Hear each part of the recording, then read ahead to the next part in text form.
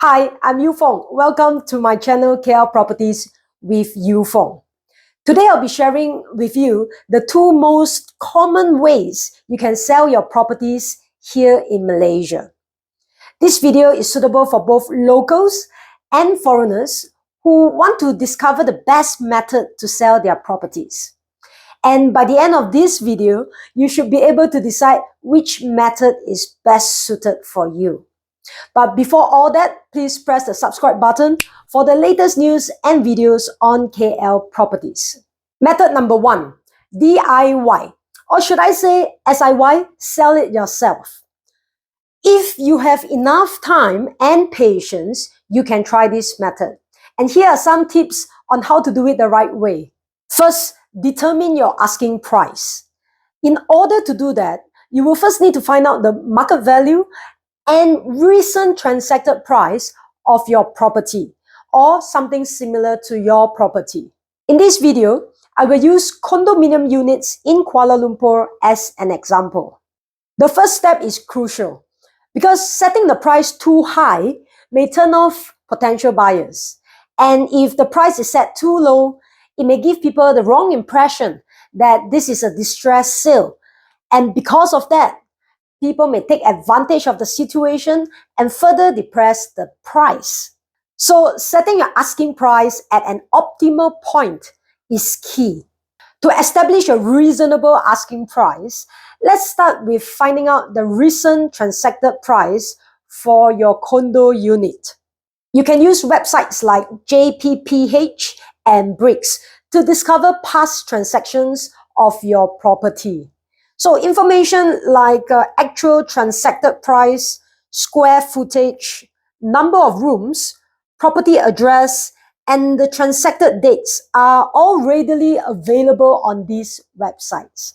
FYI, the sale transactions on these websites are usually updated about 6 months or so from the date of the title transfer to the new owner. It is important to take note that such information may not be 100% accurate, as there were allegedly some cases where the sellers deliberately underdeclared the sale price in order to pay less real property gain tax. So please take this information with a grain of salt. Another good way to find out the recent transacted prices of your property is to check with the management office and your neighbors. Next, how to find out the current market value of your property. You can visit property portals like iProperty and Property Guru. These two are the most widely used ones by the real estate agents, buyers, and sellers here in Malaysia. It is very simple. Just type in your property name or the address in the search bar, and you will be able to see a list of units that are available for sale in your condo. Here you can see the range of asking prices for your type of property. It's important to check out the photos as it will tell you the condition of the unit. Plus, do not forget to read the key descriptions. It will tell you whether it's fully or partially furnished, whether the unit has been renovated, whether it's being sold with tenancy or vacant possession, the orientation of the unit, view from balcony, etc. The asking price for a same size and type unit can vary a lot depending on all these factors.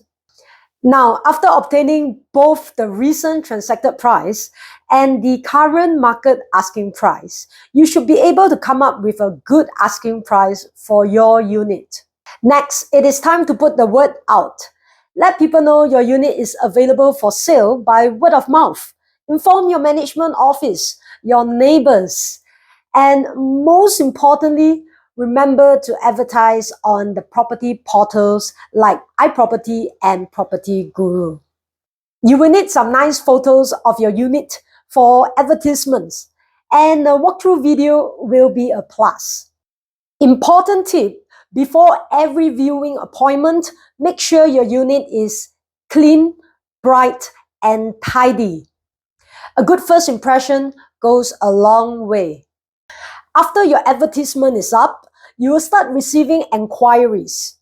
Make sure to screen them thoroughly by asking questions like what their budget is, what they are looking for, to avoid wasting your time. Once you receive an offer for your unit, it is time for negotiation of price. And when both parties have reached an agreement, now you will need to appoint a lawyer to represent you for the sale and purchase agreement. That sums it up. Now let's look at the second method on how to sell your property. Well, appoint a professional, legitimate real estate agent to represent you in order to avoid being scammed. You can look at my previous video on is your real estate agent legit? Just click on the link above so that you can equip yourself with knowledge on how to detect whether your real estate agent is a scam or legitimate. Make sure they have a blue or purple tag issued by the Board of Valuers, Appraisers, Estate Agents, and Property Managers. Request for their REN number or their REA number, and you can do a quick search on the LPPEH website to check the validity. Now, where can you find legitimate agents to help you sell your property? You can do the following 3 things. Number 1, contact the agent who previously sold you your unit. This is perhaps the most straightforward way if your previous agent is still active in real estate. The problem is in Malaysia, most agents are not in this business for a long term, except for a handful. Number 2, visit property portals like iProperty and Property Guru. Type in your condo name, and the agent with a lot of listings in that particular condo is usually a good choice, as he or she is probably very active in selling units in that condo. Number 3, check out YouTube property videos of your condo or similar properties in your area. So you will find a number of agents, of different agents, posting videos of themselves sharing information of your condo. And perhaps you can contact one that you feel most comfortable with. These days, many prefer this method of finding agents to help them sell and buy their property because it gives them a sense of familiarity and comfort when they have already seen the agent on the YouTube videos. In fact, many of my clients who approach me via my YouTube videos have told me that they feel as if they have known me for a long time and they feel comfortable with me because they have watched a number of my videos prior to meeting me in person. So I guess that gives them a sense of comfort and trust. All right, now that you know where to find the agents, the next question is, how many agents should you appoint? Is more better or less is more? Well, my honest advice is never appoint more than 3 agents to sell the same unit at the same time, because it tends to create a negative image to potential buyers that this may be a distressed sale. If you appoint more than 1 agent to sell your unit, make sure that all of them advertise your unit at the same price to avoid a price war among the agents themselves. Okay, imagine you're a potential buyer scrolling through the iProperty page. You see the same listing with same photos posted by 10 different agents with 10 different asking prices. That will probably give you a negative impression of that listing.